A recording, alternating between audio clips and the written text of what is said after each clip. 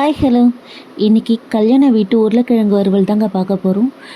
ரொம்ப டேஸ்டான இந்த உருளைக்கிழங்கு வறுவல் எப்படி செய்யலான்னு பார்க்கலாங்களா? ஃபஸ்ட்டு ஒரு பேனில் 2 ஸ்பூன் ஆயில் விட்டுருக்கேன். ஆயில் நல்லா சூடாகட்டும். இதில் 1 ஸ்பூன் கடுகு, 1/2 ஸ்பூன் சீரகம், 1/2 ஸ்பூன் சோம்பு போட்டிருக்கேன். நல்லா பொரிஞ்சு வரட்டும். இப்போ கருவேப்பிலை சேர்த்துக்கலாம். நல்லா பொரிஞ்சு வரும்போது இஞ்சி பூண்டு நான் தட்டி போட்டிருக்கேன். போட்டு நல்லா வறுத்துடுங்க. பூண்டு போட்டு இருக்கிறதால நல்லா அடி பிடிக்கும். கைவிடாமல் நம்ம வதக்கிடலாம். இப்போ ஒரு பச்சை மிளகாவை கிள்ளி போட்டிருக்கேன். அதையும் போட்டு நல்லா வதக்கிடுங்க. 2 வெங்காயத்தை நான் கட் பண்ணி சேர்த்துருக்கேன். நல்லா வதக்கிடலாம். நல்லா கலர் சேஞ்ச் ஆகிற வரையும் நல்லா வதக்கிடலாம். இப்போ 4 தக்காளி எடுத்திருக்கேன். அதையும் இதில் சேர்த்து நல்லா வதக்கிக்கலாம். வதங்கிறதுக்கு தேவையான உப்பு போட்டிருக்கேன். உப்பு போட்டு நல்லா மூடி போட்டு வச்சு வேக வச்சு எடுத்துக்கோங்க. நல்லா வதங்கிடுச்சு.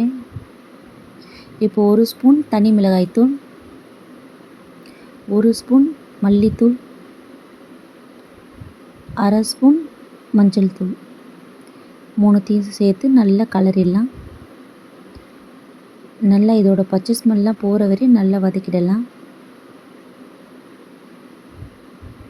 நல்லா வதங்கிடுச்சு. இப்போ பெருங்காயத்தூள் நான் கொஞ்சம் ஆட் பண்ணியிருக்கேன். நல்லா போட்டு கலரிடுங்க.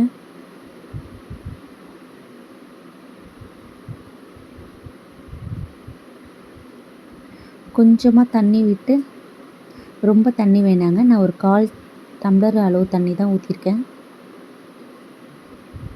இது கொஞ்சம் நேரம் மூடி போட்டு வைக்கலாம். அப்படியே எண்ணெய்லாம் பிரிஞ்சு வருங்க. நல்லா வதங்கிடுச்சு. எண்ணெய் பார்த்திங்கன்னா பிரிஞ்சு எல்லாமே வருது. நல்லா கலரி விட்டுக்கோங்க. இப்போ நம்ம உருளைக்கிழங்கு ஆட் பண்ணிடலாம். நான் 1/4 கிலோ உருளைக்கிழங்க இந்த மாதிரி வேக வச்சு எடுத்திருக்கேன். வேக வைக்கும்போதே லைட்டாக உப்பு, மஞ்சத்தூள் போட்டு வேக வச்சுருக்கேன். நல்லா பெரிய பீஸாக போட்டு சேர்த்துக்கலாம்.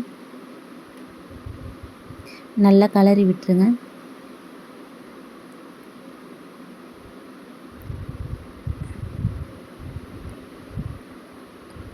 இதில் 1 ஸ்பூன் மட்டன் மசாலா தூள் சேர்த்துருக்கேன். நல்லா கலரி விட்டுக்கோங்க. இப்போ மூடி போட்டு ஒரு 10 நிமிஷம் குக் பண்ணி எடுத்துக்கோங்க. இதுக்கு தேவையான அளவு உப்பு சேர்த்துக்கோங்க. நம்ம உப்பு ஆல்ரெடி தக்காளி வெங்காயம் வதங்கும் போதும் போட்டிருக்கோம், உருளைக்கிழங்கு வேக வைக்கும் போதும் போட்டிருக்கோம். அதனால் நீங்கள் உப்பு பார்த்துட்டு சேர்த்துக்கோங்க. இப்போ உருளைக்கிழங்கு ரெடி ஆகிடுச்சுங்க. கொத்தமல்லி தழை தூவி இறக்கிடலாம். நல்ல சூப்பரான வறுவல் ரெடி ஆகிடுச்சுங்க. நீங்களும் ட்ரை பண்ணி பாருங்கள். தேங்க்யூ.